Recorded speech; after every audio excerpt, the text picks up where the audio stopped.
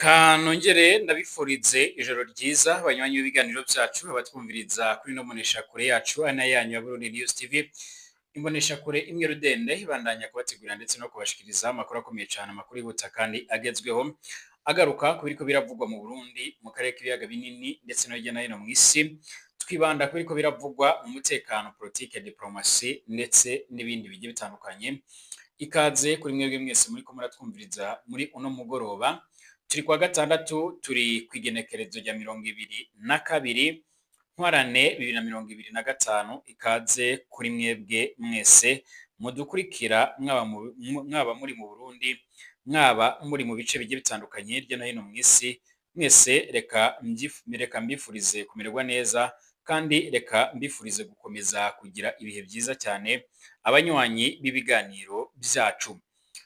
Dore ingingo nkuru tugiye kugaruka rero muri kino kiganiro cyacu cy'uno mugoroba nkuko bikomeje kugenda bigaragara cange nkuko amakuru akomeza kugenda atugeraho abivuga. Amakuru yihuta cyane akomeza kugenda atugeraho rero muri uno mugoroba nuko umushinga mateka Honorable Agathon Rwasa ari umwe mu bababajwe ku buryo bukomakomeye cyane n'urupfu rw'impunzi yi Burundi nyine y'umurundi isanzwe irabarizwa muri Tanzania ni mu nkambi ya Nduta nkuko amakuru akomeza kugenda atugera bivuga. Ni inkuru abantu benshi bama baravugaho ndetse baratanga ibyumviro bigiye bitandukanye ndetse abantu babenshi bakabombwiye gusa umukuru w'igihugu cy'u Burundi Evariste Ndayishimiye kuba yokora iyo bwabaga agakora ibishoboka byose kugira abarundi bose b'impunzi bari mu makungu agiye atandukanye bo bohungiye bace barafata ingingo cyangwa se bace barafatwa kugira ngo bagarukanwe cyangwa bafashwe kugarukanwa hano muri kino gihugu cacu cy'u Burundi nkuko amakuru akomeza kugenda atugera bivuga.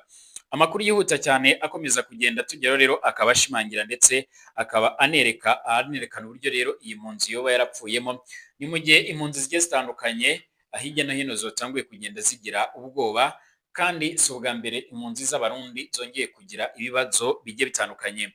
Umushinga mateka Honorable Agathon Rwasa avuga yuko leta y'u Burundi ikwiye kuba yokora ibishoboka byose kugira ice iraraba nyine ingene yogarukana abo bantu bazwe bafatwa nk'impunzi nyine aho kugira ngo bajye aho kugira ngo bakomeze kugenda nyine baraba impunzi mu bihugu bigiye bitandukanye kandi barafise igihugu.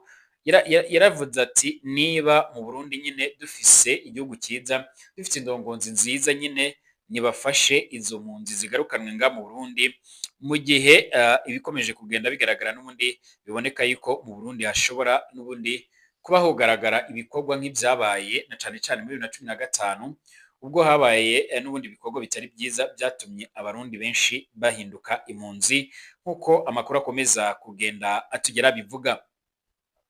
Turagaruka ku yandi makuru akomeje kugenda aravugwa mu gihe abantu benshi bavuga ndetse bakanavuga yuko rero batari kubiyumviriza ingene Burundi bw'amahoro arungika burakomeza kurungika abasoda mu buseruko bwa Repubulika Iharanira Intwaro Rusange ya Kongo. Bamwe mu banyagihugu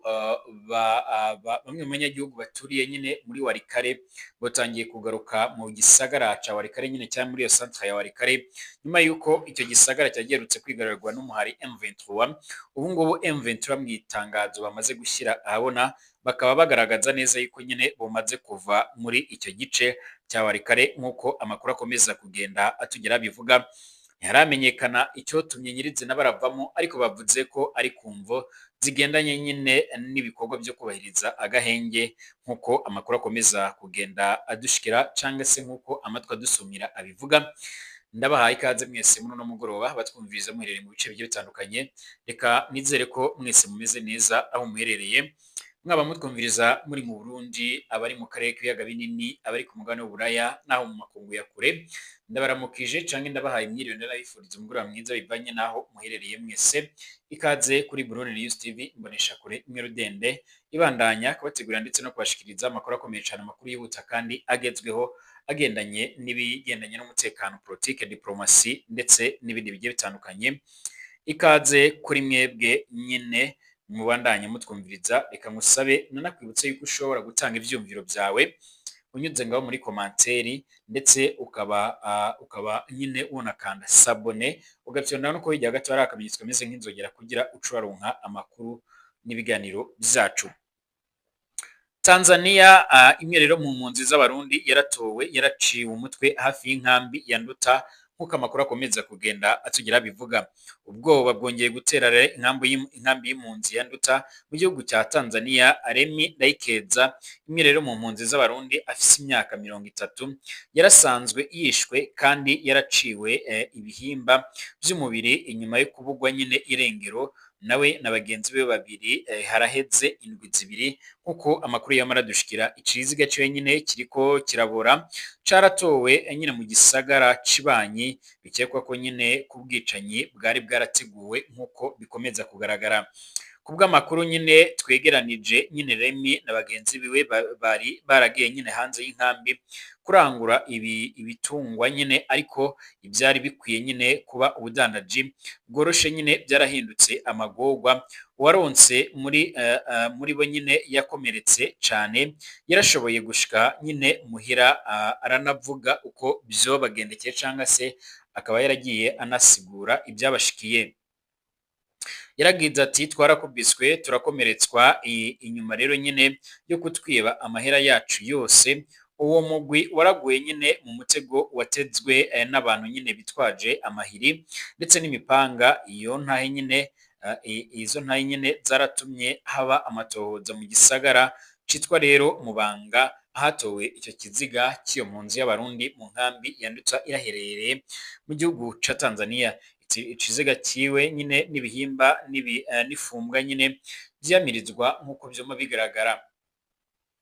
Igihe impunzi n'igipolisi bashika nyine aho hantu basanze ikiziga ca Remy Ndayikeza nyine gitanguye kubura. Ibihimba byinshi by'ikiziga ciwe nyine byaciwe nyine birasanzazwa nyine mu metero nkeya.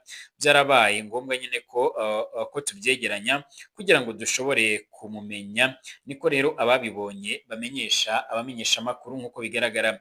Igipolisi kiramaze kubona uko rero icyo kiziga kimeze, baciye barafata ingingo yo guca rero nyine baramuhamba, aho nyine ibyo bikaba byaratumye umuryango we nyine ubabara cyane. Umukenyezi wiwe yaranse kuja nyine ku maziko asaba yuko umugabo we nyine ahambwa mu inkambi hafi y'umuryango wiwe, ariko rero yaba HCR cyangwa se ubutegetsi bwa Tanzania nta ngingo bafashe zo gutahana nyine icyo kiziga. Ibyo bikaba byarababaje umuryango w'impunzi nk'uko vyoma bigaragara. Ubugizi bwa nabi nyine butunganijwe nyine n'amakenga aguma yiyongera muri no nkambi. Uburyo rero abo bagizi ba nabi nyine bakora byerekana yuko nyine ari ubwicanyi buteguwe.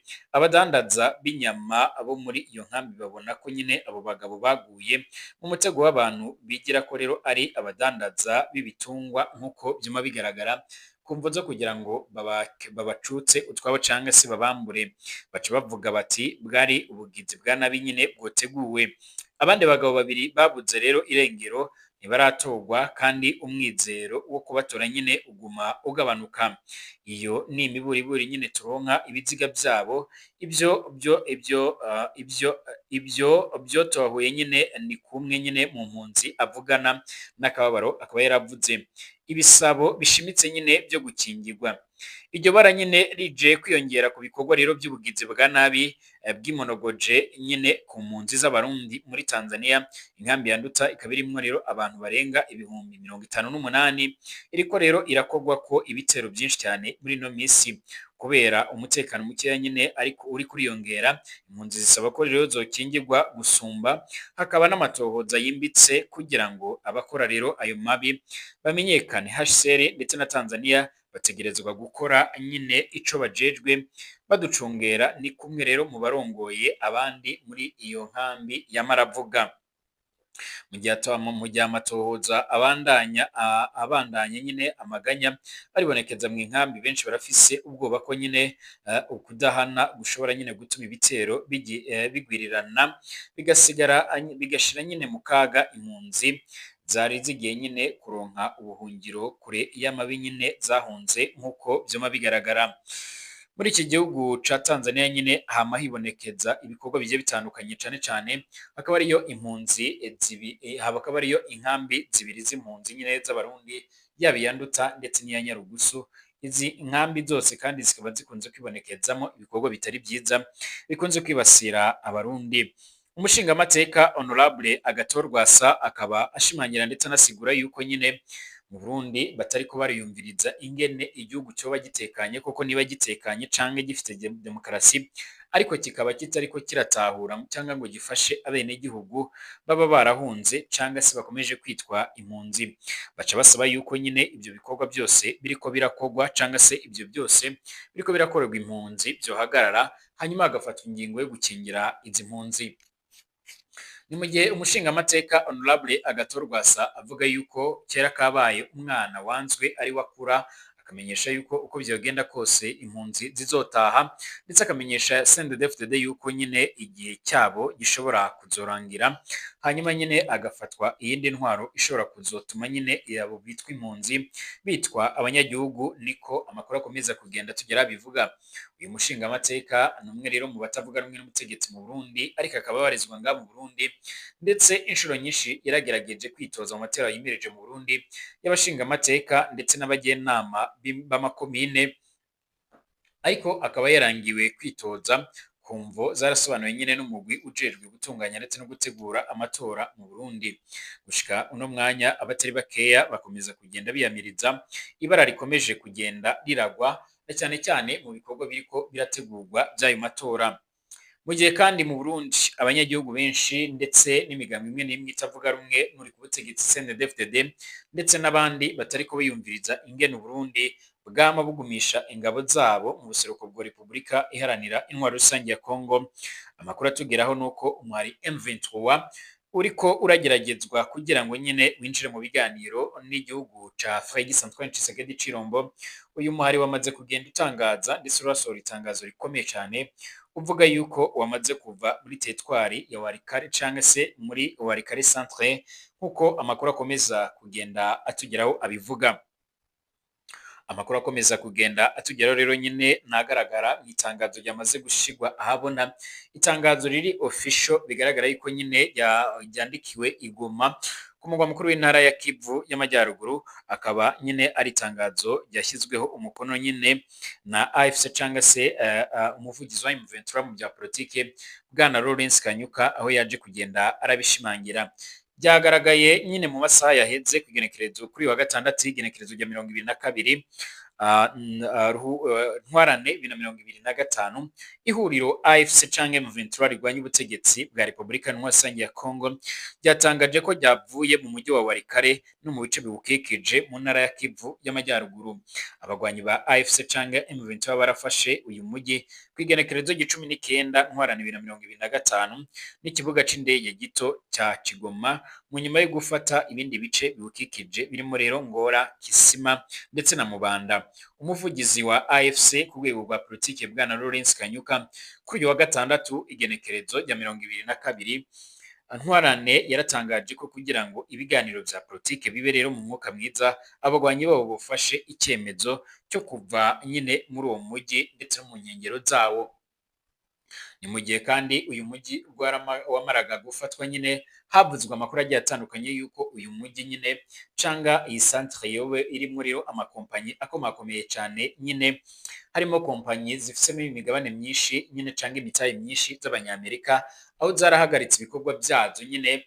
Mu itangazo naryo ryashyize nabo boshyize ahabona bakavuga yuko nyine iyi kompanyi ya Alphamin nkuko bigaragara yarasiguye yuko ibikomeje kugenda bigaragara ari ibintu biteye impungenge, ikaba yarasabye aya makompanyi yo muri Amerika yuko yokoresha uburyo bwa diplomasi kugira ngo umutekano ubashe kuba wagaruka muri ibyo bice.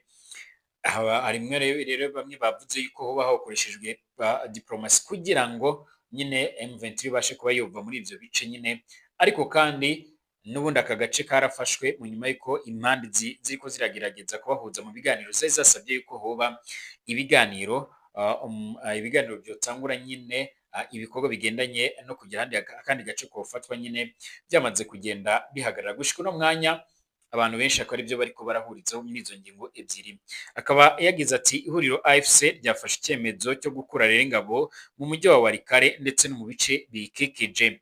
Lawrence Kanyuka yasabye abanyagihugu bo muri uyu mujyi rero n'abayobozi babo gufata ingamba zo gucungera umutekano, kurinda imitungo yabo. Mu nyuma yaho rero abagwanyi bawo bavuyemo. AFC canke M23 yarateguje ko ihuriro ry'ingabo za leta ya Kongo niryongera kugaba ibindi bitero ku banyagihugu canke ku basivile ndetse no ku birindiro byabo irisubira kuri icyo cyemezo igasubira muri uwo mujyi. Niko itangazo ryama riravuga. Kugeza uno mwanya amakuru avuga yuko umuhari M23 waramaze guhabwa ubutumire n'ubutegetsi bwa Qatar i Doha mu nyuma y'uko nyine ku igenekerezo ry'18 uku kwezi kwa gatatu umukuru w'igihugu cibanyi c'u Rwanda Paul Kagame na mugenzi warongoye Kongo Felix Tshisekedi baragaragaye nyine bari i Doha muri Qatar mu biganiro byarabaye mu mwuka mwiza. Bivugwa yuko ari ibiganiro n'ubundi bitegerezwa kuzakomereza u Rwanda mu gihugu ca Angola nk'uko amakuru akomeza kugenda atugera bivuga. Umari M23 nawe utegerezwa kuba wakwerekeza i Doha muri Qatar mu rwego rwo kugira ngo bace barategura neza ivyo biganiro. Bashimire abanywanyi b'ibiganiro byacu mwaba muratwumviriza muri uno mwanya, mbabwire yuko tuza kugaruka mu gatondo ko ku munsi w'ejo turabira hamwe ibindi bigezweho. Mugire amagara meza.